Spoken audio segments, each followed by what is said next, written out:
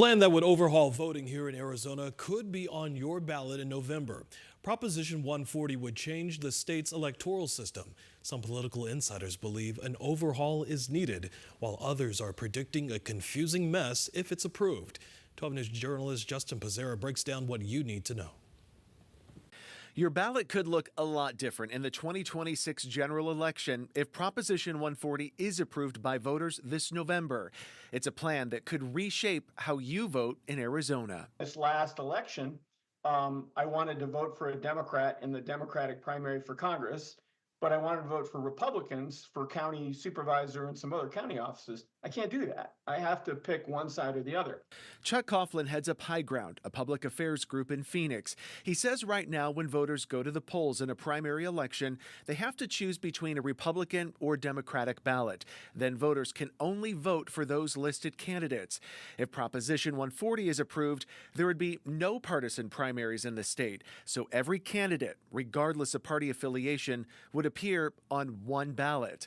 Coughlin says with only a small fraction of voters showing up in a primary, he believes this plan would move the best candidates forward. Less than 30% of voters, maybe 35% of voters show up.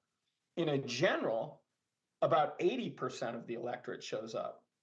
And so we want everybody to compete in front of the biggest part of the electorate. So we think that will create an incentive for candidates to talk to more of the electorate. The plan would also require the Arizona legislature to decide how many candidates would move forward from the primary to the general election, anywhere from the top 2 to the top 5. If lawmakers decide 3 or more move forward, voters would then rank the candidates on their ballot. Opponents of Prop 140 believe there are some drawbacks to the idea.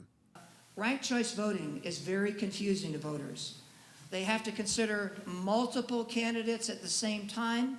In states that have had it, it has been very confusing. And there's concern after the Arizona legislature approves how many candidates move forward to the general election, that number cannot be changed for 6 years. Coughlin says it is a big change, but he believes this system is better for the voter. We have to break that monopoly, that duopoly that those two parties have over our national political conversation. We have to do that. Justin Pizzera, 12 News.